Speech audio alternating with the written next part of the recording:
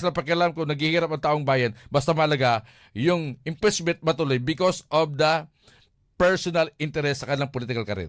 Yun ang mali ni BBM. Bilang Ilocano, sir, galing ako sa Ay, Isabela, oo, mga Ilocano. solid north yan, mga Ilocano. Solid Mahal namin north. si BBM. Pero nakaka-disappoint itong kabsat namin na si BBM dahil wala siyang ibang ginawa kundi tirahin ang mga Duterte. Gusto niyang ipa-impeach si Sara Duterte ngayon dahil gusto niyang maging presidente ang kanyang pinsan na hindi naman kilala sa North.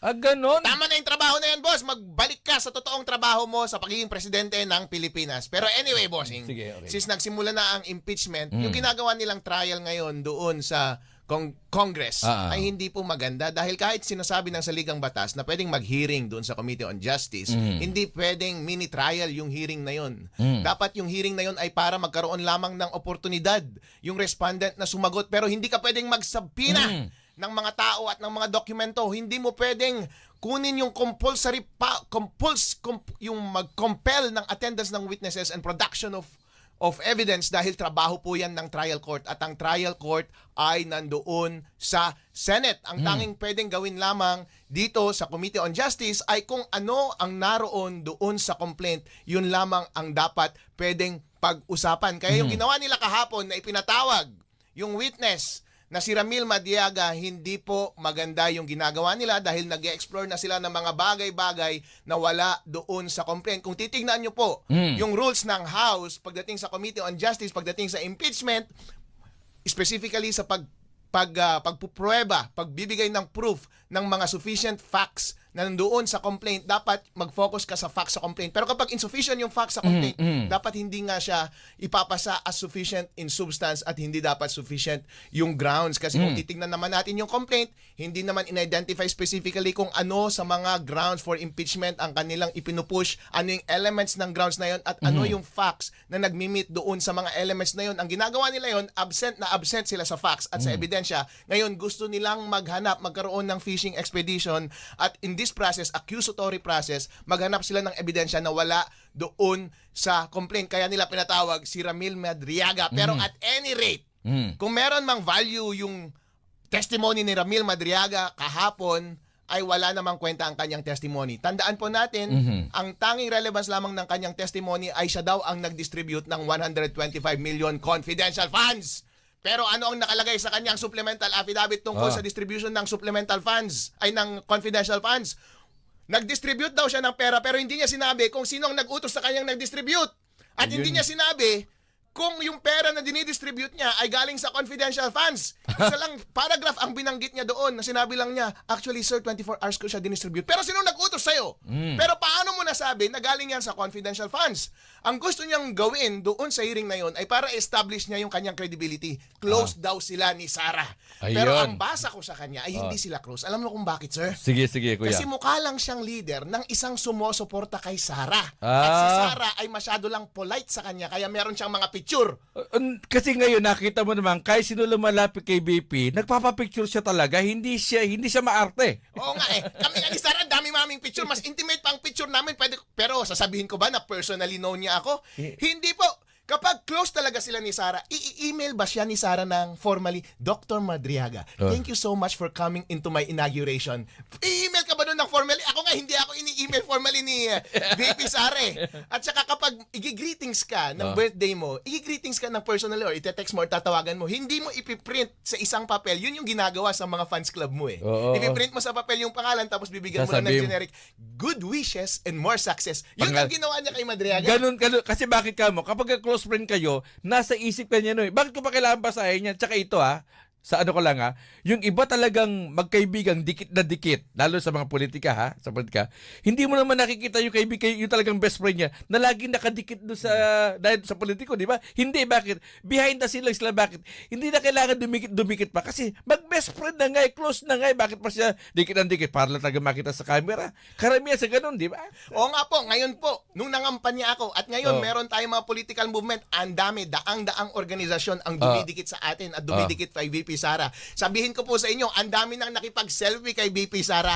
Ang dami ng greetings, mas maganda pa, mas personalized pa yung mga greetings. Ibig mo bang sabihin, itong mga taong ito, in the future, pwede nilang sabihin na close sila kay Sara? Yes. Ako nga, hindi ko pwedeng sabihin na close ako kay Sara dahil hindi naman kami nag-uusap. Kahit nga nag-greet nga niya ako, nagkakamayan nga kami, nasa restaurant nga kami na kumakain, pero hindi ko sasabihin na personally acquainted kaming dalawa kasi introduced lang ako pero hindi kami nag-uusap. Oo, baka nga, 'di ba?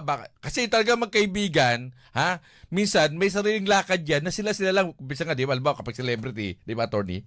Tagulang sila, ay ano muna tayo, sibat muna tayo, dito tayo, mag-relax tayo. Sila talaga yung magkakaibigan na behind the scene, wala sa camera, magkaibigan talaga. Ikaw siguro marami ka naman kaibigan na hindi mo naman sila nakitang nagpapapicture sa'yo in public. Pero magkaibigan kayo, mag-best friend kayo, close friend kayo, walang camera, kayo taga magkakaibigan. Kapag kami magkakaibigan, ipapakita ko yung call logs at saka text. Oo. Bakit yung mga ipinapakita mong picture yung mga nakapublish sa Facebook? Oo. Yan yung mga picture na mga fans lamang. Yun. Fans ka, thank you very much. Pero hindi kita close, okay? Oo. At saka masyadong suspect yung sinasabi niya na nung una daw silang nag-contact ni Oo. VP Sara, gusto daw ni VP Sara ang tawag kay Sakol. Oo. Hello! Sasabihin ko na ngayon, first time lang namin nakapag-usap through telephone ni VP Sara nung isang araw. Oo. At nakuha ko yung number niya, tinawagan ko siya, sabi niya, Vice, huwag tayong mag-usap sa cellphone dahil tapped ito.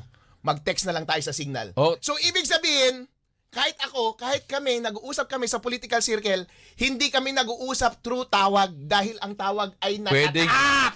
pwede kasi ma-wartap yan, di ba? Kaya nga, kung kayo mag-uusap ng mayroong mga, bawa lang, katorniya, mag-uusap yung dalawang tao na alam na confidential, na alam kayo ay minomonitor, isip nyo, mag-uusap ba kayo ng ganun? Hindi kayo mag-uusap truthful kasi tama ka, pwedeng matap yun. Kapag natap yun, evidence yun. Tama po yun. Ganun talaga. Kapag talagang magaling ka talaga sa pagpapatakbo ng political operations, hindi ka gagamit ng tawag. Gagamit ka ng mga encrypted messaging platform tulad ng ginagawa naming lahat ngayon. Ito pa po, ang isa pang nakakatawa na komento ni Ramil Madriaga kahapon kasi daw tinatawag niya daw yung dalawang niyang anak ng baliw at bading. Hindi totoo yan. Alam mo kung bakit? Dahil wala sa bokabularyo ni Duterte, ni Digong, ang baliw at bading. Kasi ang gagamitin niyang word ay bayot at buang. Tama. Kasi Bisaya yan. Cebuano yun. Di ba? Yun ay isang character assassination yun eh. Di ba? Kumbaga, wala ka nang may pintas doon sa ginagawa ng isang tao, saan mo sa hanapan ng butas. Character assassination. Alam mo ano yan eh. Alam mo ganito yan eh. Wala na. Kumbaga, wala kang may bubutas kung ano yung trabaho. Di ba? Pero dito, attorney, makuha lang kita dito, sa ibang experience bilang lawyer, di ko alam kung baka po talaga meron naman, yung kriminal, di ba, sangkot sa kidnapping, sangkot sa ganyan, bakit hindi binabanggi kahapon dyan mismo sa kamera na, galing ito sa bikutan, kinuha namin, inarap namin dito. Di ba, parang nakakatawa, wala na ba kayong makuhang ibang witness na hindi nakakulong, pero sa batas, okay lang naman talaga na kahit na nakakulong, marami siyang kaso, pero sila sabi ng iba na, iba namang case sa kaso niya dito sa pagiging testigo niya. Pero kayo, gaano kataas sa kredibilidad ng isang sangkot sa mga krimen at gagawin mong witness? Ito ang basa ko, Glenn. Oo. Itong si Ramil Madriaga, fanatic yan noon. Nakakuha ng mga ilang picture. Kaso nga lang, sumablay sa buhay, pinakulong ng kidnapping. Hindi na makabail yan kasi kidnapping yan. Unbailable yan. Habang buhay, nasa kulungan na yan. Okay. Ngayon, desperado yung tao. Linapitan siya ng gobyerno, hoy, kapalit. Papalayain ka namin, alam ko wala ka ng chance sa buhay. Kasi nakakulong ka na habang buhay eh. Close pa sila noon eh, di ba? Bumaliktad ka. Di ba meron kang mga picture, dati supporter ka ni Sara, bumaliktad ka, gumawa ka ng mga kwento, madali lang naman gumawa ng kwento, basta may mga picture ka, fans ka naman eh. May mga picture ka naman na tabi kayo ni Sara, may mga video kayo. Gawa ka ng kwento, kunwari ikaw ang nagdi-deliver ng pera. Madali ba yun? Kung ako, kakagatin ko yun. Kasi nakakulong na ako, wala na akong pag-asa sa buhay eh. Kapalit yung kalayaan mo. Yeah, pare. So doon talaga mailalagay yung credibility ni Madriaga in serious question. Okay.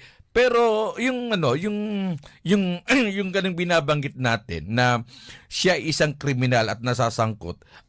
Ito ba'y para bang hindi ba daw pa ba ito nakakababa sa kamera na ang dami-dami yung pwedeng gawing witness, nakakulong. Hindi ba? Tapos, basang-basa ng iba, script basyado, na talagang meron pa sa payak-iyak, di ba? Meron pa sa paganon-ganon, na sinasabi na umiiyak sa. Tapos, yun naman pinaka-chair, bigyan mo natin ng pagkakataong umiyak yung ating witness, di ba? Para ba talaga bang, halatang halata naman itong mga nasa kamera talaga, attorney. Alam mo, Glenn, umiyak siya actually yung mga points nung sinasabi niya na sinusuporta niya si Sara Duterte. Pansin mo, 2 beses siyang umiyak. Umiyak siya nung binanggit niya nung nag-Facebook post siya Ah. na wala siyang ibang susuportahan kundi si VP Sara Duterte lamang. Ah. At umiyak din siya nung time na binabanggit niya yung personal encounter niya kay VP Sara Duterte. Ah. Alam niyang mahal na mahal niya si VP Sara Duterte dahil fanatic siya. Leader siya ng isang strongest supporters na grupo ng VP Sara Duterte at that time. Nagkataon lang ngayon na naipit siya ngayon, hawak na ang kalayaan niya ng gobyerno.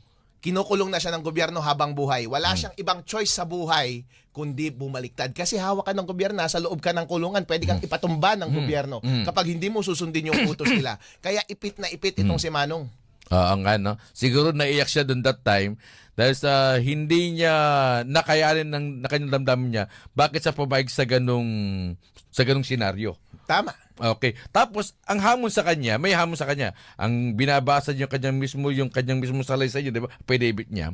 Ang hamon sa kanya, alisin mo yung salaysay mo, sabihin mo uli yung mga sinabi mo. Kasi kung talagang galing sa puso yun, galing sa isip mo, memoryado mo. Tama.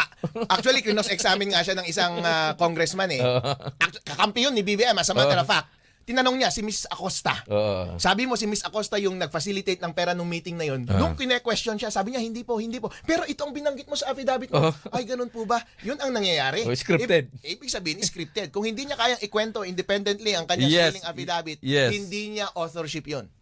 Ayun, no. So, kapag ganun, na hindi mo na talaga parang hindi talaga sa gumawa. So, doon pa lang, attorney, bagsak na ang witness ninyo. Bagsak na talaga ang witness. Hindi interesting ang kanyang testimonya. Kapag bilang abogado, isipin mo talaga, magsisimula ka ang tawag dito inversion. Magsisimula ka Inversion. sa likod. Sige, sa okay. likod. Ang pinakalikod niyan is relevant ba tong witness na to? Yun. Para masabi mong relevant sa witness is ano ba ang sinasabi ng rules about sa presentation ng witness?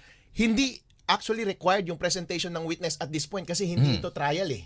Dapat kung ano lang yung clarification is kung ano yung nandoon sa complaint. At nabanggit ba siya sa complaint? Nandun ba yung supplemental affidavit niya? And then, saka mo siya dapat i-question. Hindi lamang ngayon mo lamang siya iprepresenta after na ipasa yung complaint at ngayon niya lang isasampa at ipapasa ang kanyang supplemental affidavit. At that point already, pwede mo nang ipa-dismiss or ipa-set aside yung submission na iyon. Dapat totally stricken out of record na yung testimony niya. Pero at any rate, assuming na tinanggap mo yung kanyang testimony at babasahin mo ang kanyang kredibilidad dahil yun ang pangalawang atakehin mo. Kapag nagsalita na siya, titirahin mo ang kanyang kredibilidad. Dapat sasabihin niya, dapat niyang ma-demonstrate na in close proximity talaga yung operation niya with VP Sara Duterte kasi kine-claim niya na siya yung nag-distribute ng pera. Pero so far, wala naman tayong makita na close talaga siya kay VP Sara Duterte. At best, isa lang siyang fanatic na maraming selfie. Ako rin, ang dami ko ring selfie ng mga fans ko. Itong mga to, baka mag-claim na may anak ako sa kanila. Nakakabahan tuloy ako. Di ba?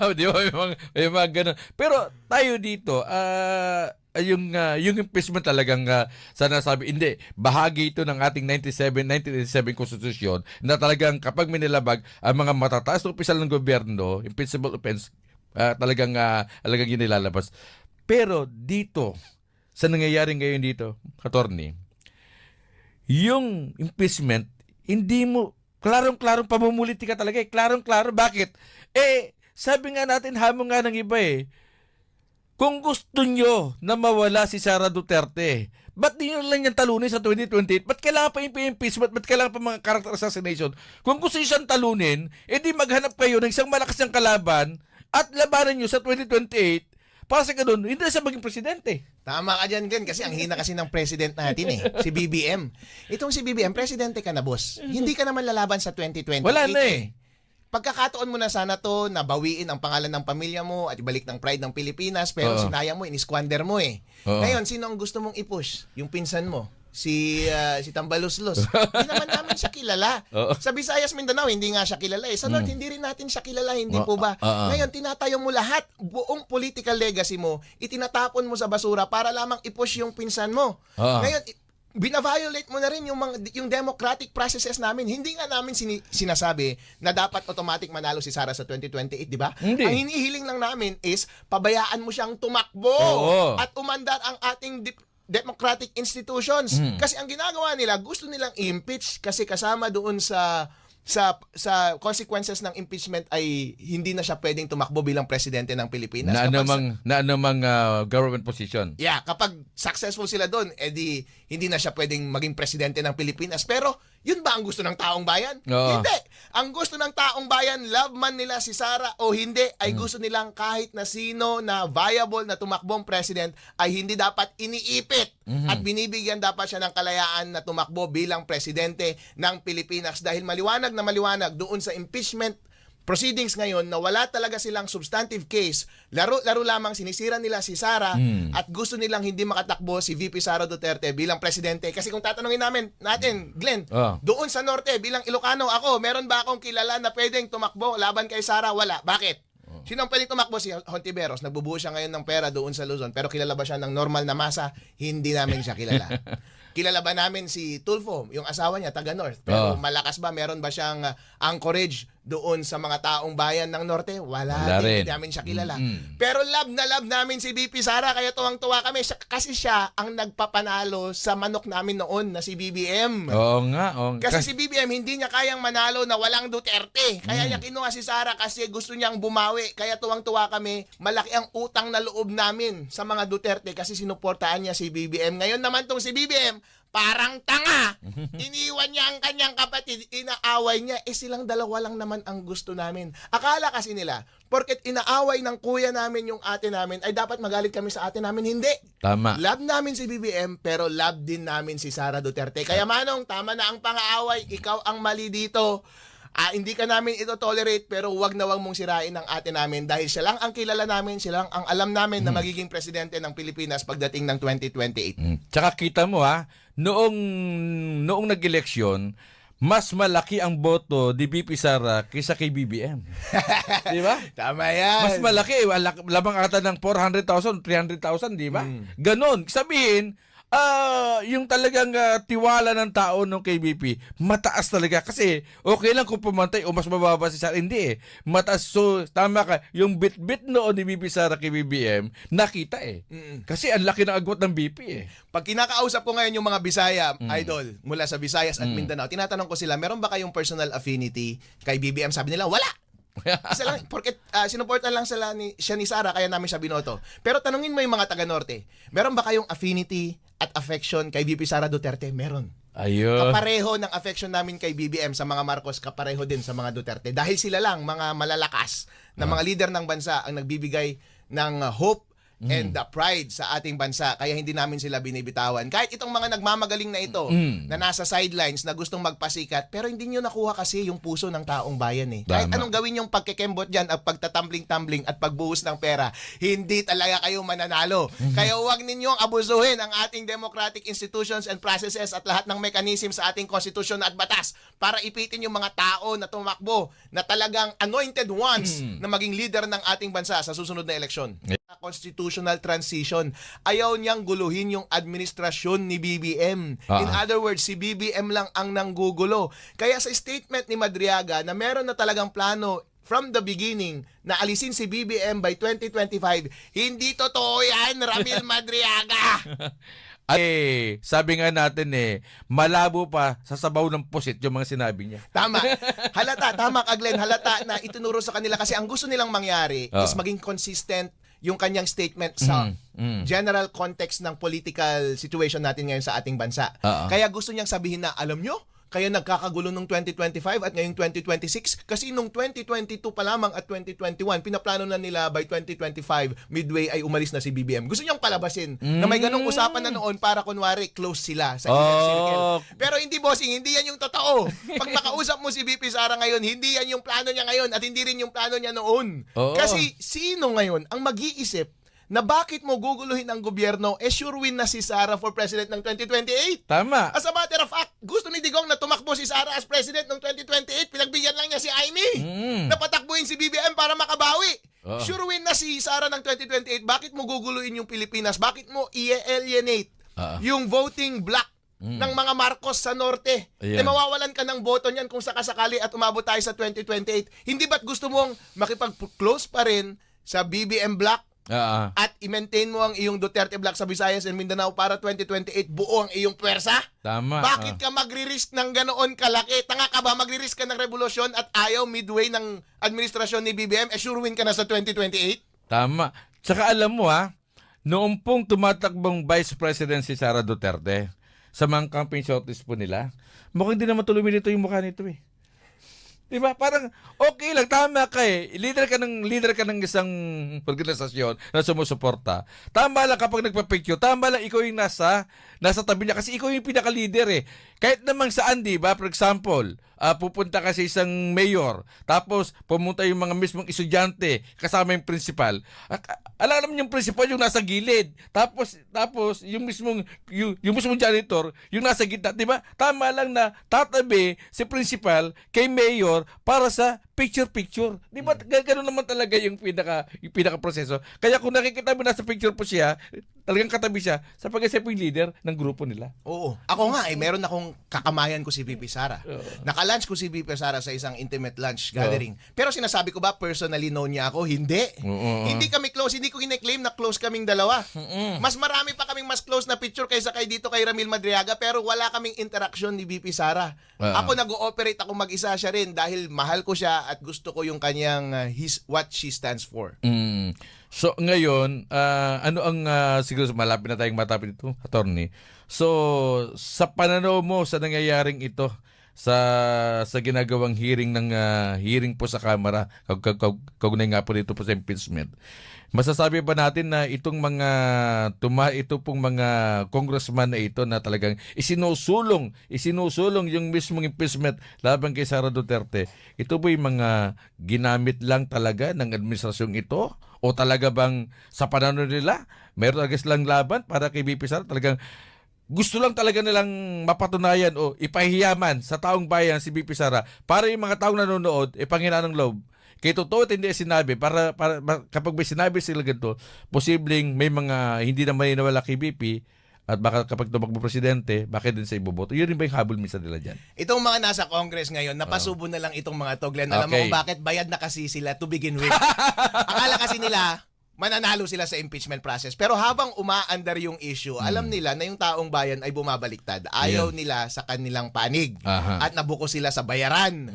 Ngayon, napapansin mo, ang tono ngayon dun sa Committee on Justice, di ba medyo mabait si Congressman Jervil ngayon? Luis Ang sinasabi niya, pinagbibigyan niya, bossing, wag probationary question. Dapat clarificatory question lang. Okay yun para sa akin. Clarificatory question lang kasi ayaw niya masyadong lutuin doon sa Congress. Pinapatapos niya na lamang ito dahil alam niya na marami sa Congress ang gusto naling bumaliktad. Itong mga tao sa Congress at sa Senate, ayaw nilang ipagpatuloy yung laban kung alam nilang hindi nila kayang manalo hanggang sa huli. Ang tanong, mananalo ba sila hanggang sa huli? Hindi. Kasi kung bibilangin mo lahat ng numero sa Senate ngayon, at most, in the best scenario para sa kanila, 14 lang ang pwedeng bumoto sa kanila. Kasi tatanggalin mo dyan sila Marcoleta, sila Bongo, sila Robin Hood Padilla, at iba pa nilang makakampi. Pati yung isang ehersito, ayaw na rin bumoto para sa kanila. At marami pang mababawas dyan. So in the best scenario, 14 lang ang pwedeng bumoto para sa impeachment. Kailangan mo ng 16. So kung sila na-recognize na nila na hindi nila kayang tapusin itong laban hanggang sa uli, at mukhang yung kinakalaban nila ay magiging presidente ng Pilipinas under whom they will serve in the next 6 years after 2028. At tatakbo rin sila pagdating ng 2028. Patay kayong lahat yan. Hindi na nila itutuloy yan. Kaya natutuwa ako na medyo humihina ang kanilang push pagdating sa Committee on Justice. Nagtitiwala ako na baka hindi na rin ito pumasa papunta doon sa plenary para pagbotohan ng 1/3. And I'm super confident na hindi ito papasa sa 2/3 sa Senate. Kaya ngayon pa lamang, mga kasama dyan sa Congress at sa Senate, huwag nyo na kayong masyadong magpakabibo dahil matatalo kayo sa laban na ito. Huwag na kayong magpakabibo. Huwag nyo nang masyadong i-push yung impeachment. Pabayaan nyo na itong mamatay dahil sa susunod na eleksyon, kapag nanindigan kayo sa ganyang posisyon, matatalo kayo lahat sa Visayas, Mindanao at sa Luzon. Ito pa ito raw po babantayin mo, attorney, siguro sa susunod tayo kapag yung isa nilang hinimbitahan dyan sa Kamara, ito siguro panunuorin mo to. Baka ito lalo pa magpapalubog sa kanila. Mukhang ata inimbitahan si dating Senator Antonio Trillanes. Ito mo ako na ito, hindi na nga sikat ito eh. Sikat lang ito dahil papansin ito, naninira ito ng hotel eh. Nanalo ng minsan pero hindi na nanalo sa mga sumusunod. Masyadong obsessed ito sa kanyang advocacy ko, no? Nakaka-receive din pala ng mga mali-maleta tong mokong na ito. Hindi ka na sikat, bossing. At by the way, lahat sila ngayon na lumalaban sa mga Duterte, lahat ng mga lalaki mukhang effeminate. Ayun. Kapag kalinya nila, si Leila de Lima, siya na ang pinakamukhang masculine. Ayun Hindi ko naman. naiintindihan kung meron bang iniinom itong mga ito na nagpapalambot ng kanilang itsura. Ay, ganun. Anyway, attorney, bago tayo tuloy magtapos, baka meron kang gustong sabihin sa ating po mga tagapanood, tagapakinig. Go ahead po, attorney. Mga kababayan, pagpatuloy po natin ang suporta natin para sa katotohanan. At ang katotohanan yan ay nagdeklara na tumakbo bilang presidente ang ating manok na si VP Sara Duterte. Suportahan natin siya hanggang sa uli. Kaya kahit na anong movement ng government na ito para pigilan ang kanyang pagtakbo, labanan po natin. BBM, mula sa mga Ilocano ng Norte, mula sa kapwa mo Ilocano, magtrabaho ka na lang, sir. Ang suporta namin ay nasa iyo pa rin. Huwag na huwag kang bibitaw sa iyong pangako na iaangat mo ang Pilipinas.